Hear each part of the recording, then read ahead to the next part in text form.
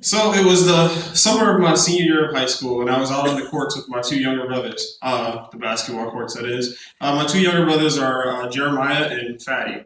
So we're out on the courts, and yeah, it's an affectionate name. So we're out on the courts. Now, basketball has never been one of our first loves, but growing up in an urban environment, aka the hood, it was convenient. So, we're out on the courts, and it's a great day. Everything's going right. Shots are falling, layups are going in, handles on point. We're getting in. It's a great day. Fast forward to the next day, I'm in psychology class, and I've just turned in the most important paper of my high school career. Nailed it. Suddenly, there's a knock at the door, and it's Mr. White, who happens to be our dean of discipline. And Mr. White summons me, out of all people, to his office. Now, typically, when the dean of discipline summons you to his office, it's not a good thing. But, I figured I'd roll with it. So I follow Mr. White to his office, and, he's joking, he's giving me small talk. So I'm like, okay, I'm not in trouble, or you wouldn't be joking with me. So what's this visit about? So Mr. White sits me down and he says, I have something to tell you, but I feel it's better that you hear from your family. Okay, so how about you go grab your coat, I'll grab mine, let's go for a ride. Now, me being an optimistic person, let's go for a ride sounds a lot like let's go on a field trip. Who doesn't love field trips? So I'm running through my head, maybe my family has a surprise for me. Cool, let's do this, let's go. So we get in the car, I'm all excited, and I'm trying to think, what's the surprise going to be? Where are we going? And we pull up in front of a police station. Now, instantly, I'm kind of thinking, why are we at a police station? But me being an optimistic person, let's roll with it. So we go inside, and Mr. White tells me, all right, I'm gonna have you go upstairs, and I'll meet you up there. Okay, cool. So I go upstairs and I come to a door, and I open the door, and immediately I'm greeted with a wall of chairs, and I see my baby sister and I see my dad facing palms. And he looks up at me almost instantly. Wait, are those tears? Are you crying? And he says, he's gone. Okay. Who's gone? Fatty's gone. Oh, okay. Where did he go? When is he coming back? He's gone. And there was something so definite about the way my dad said he's gone. Wait. This is a joke, right? He's gone. We're supposed to grow up together, we're supposed to grow old together. What about my graduation, his first kiss, his first love? Wait, he's only 15 years young. I never got a chance to say goodbye. And just like any normal person would, I cried.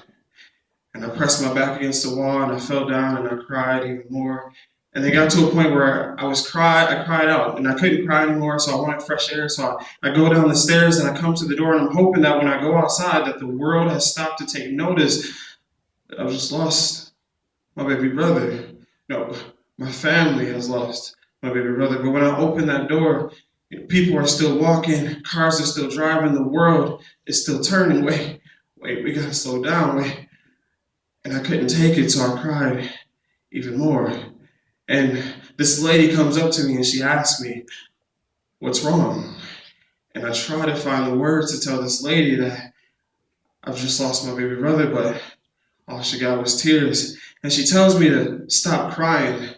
I need to be strong for the family. How dare you tell me I need to be strong for the family? Did you not just hear what I said? I lost my baby brother. I ended up finding out that earlier that morning, my baby brother had got a gun from a friend and playing with it in the bathroom had accidentally shot himself in the back of the head. And on his death certificate, under cause of death, it read suicide.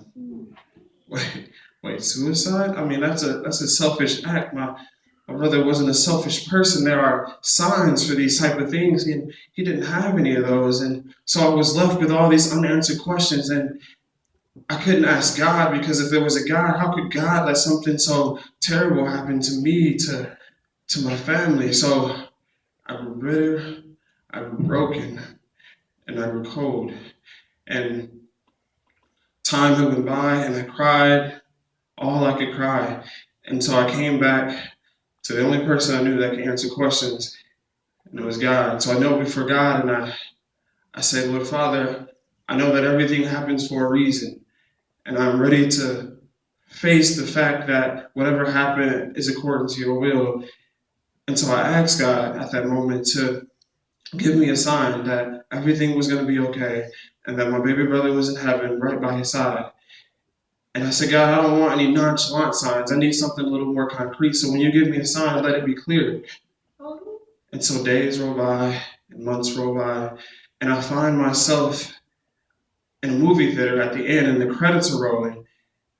And as I'm about to leave, a song plays, and it's the Police version of a P. Diddy and Faith Evans song, and it goes, when that morning, when this life is over, I know I'll see your face.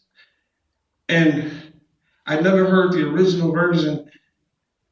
And just like in heartbreak, you listen to heartbreak songs, and times of death, you listen to songs of the appropriate manner. So it was a song that I listened to over and over as I cried over and over. And it hit me like a revelation that this was my sign. This was God telling me that everything was going to be all right, and that my baby brother was in heaven. And so, even until this day, I've loved the game of basketball. I play as often as I can, and even on my best days, when everything is going right, shots are falling, layups are going in, handles are on point, I can't seem to shake the feeling that something's changed. Thanks.